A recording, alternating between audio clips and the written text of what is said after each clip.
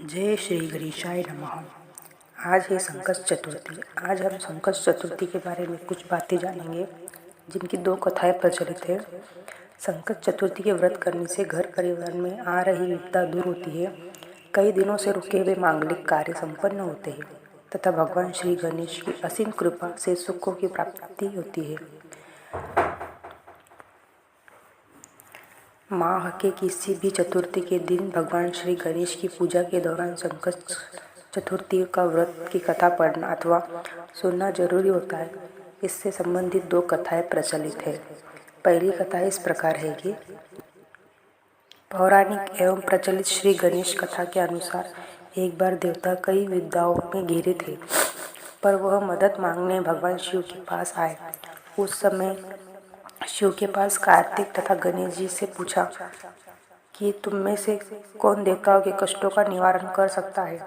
तब कार्तिकेय और गणेश दोनों स्वयं अपने को इस कार्य के लिए सक्षम बताया।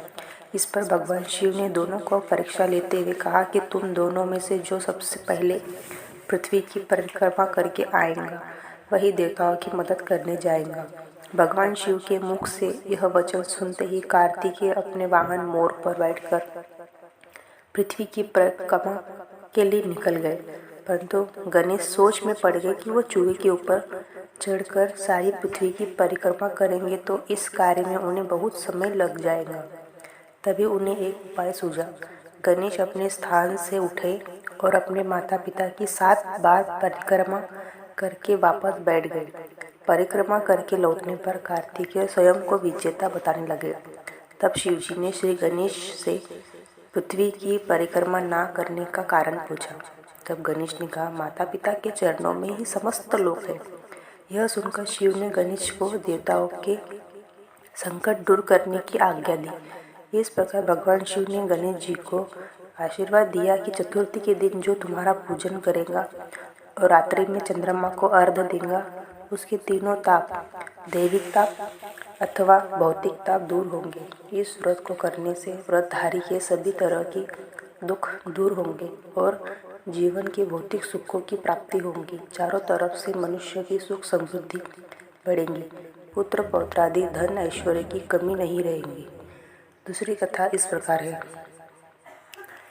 एक समय की बात है, राजा हरिश्चंद्र के राज्य में एक कुम्हार था। वह मिट्टी के बर्तन बनाता, लेकिन वे कच्चे रह जाते।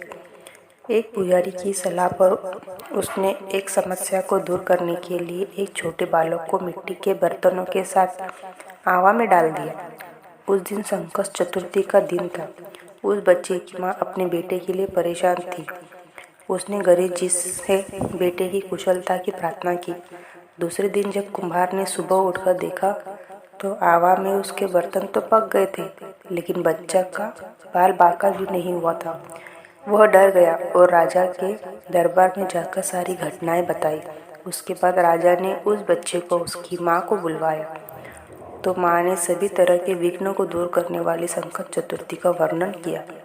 इस घटना के बाद से महिलाएं संतान और परिवार के सौभाग्य के लिए संकट चौथ का व्रत करने लगी। श्री गणेशाय नमः।